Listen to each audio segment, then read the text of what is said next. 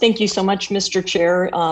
And I appreciate the efforts you're doing in putting forward HR 1948. However, HR 1948 would undermine accountability in patient care by expanded collective bargaining rights for certain medical professionals.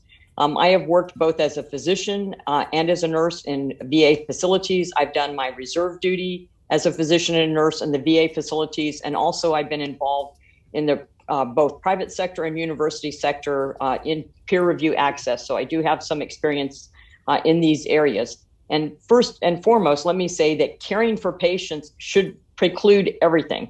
We took an oath to do no harm, and that must be our guiding principle. Fellow doctors should review the clinical competence of their peers, not faceless bureaucrats and arbiters with no medical experience.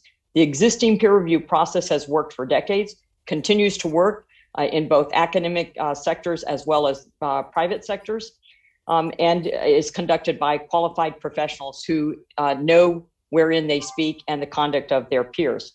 Congress does and should hold the Secretary ultimately responsible for clinical care of veteran patients, and this bill would take that authority away from that individual.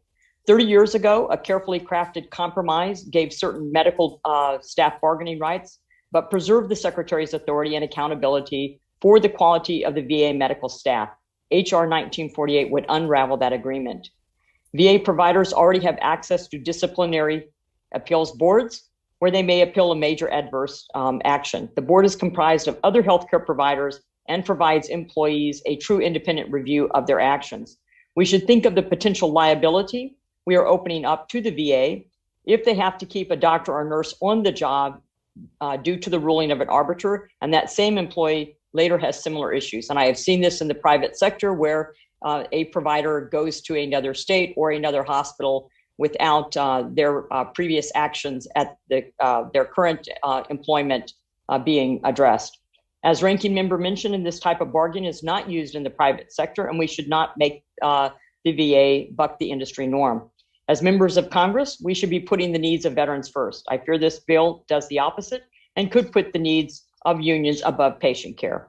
I urge members to reject this bill, and I yield back. Thank you.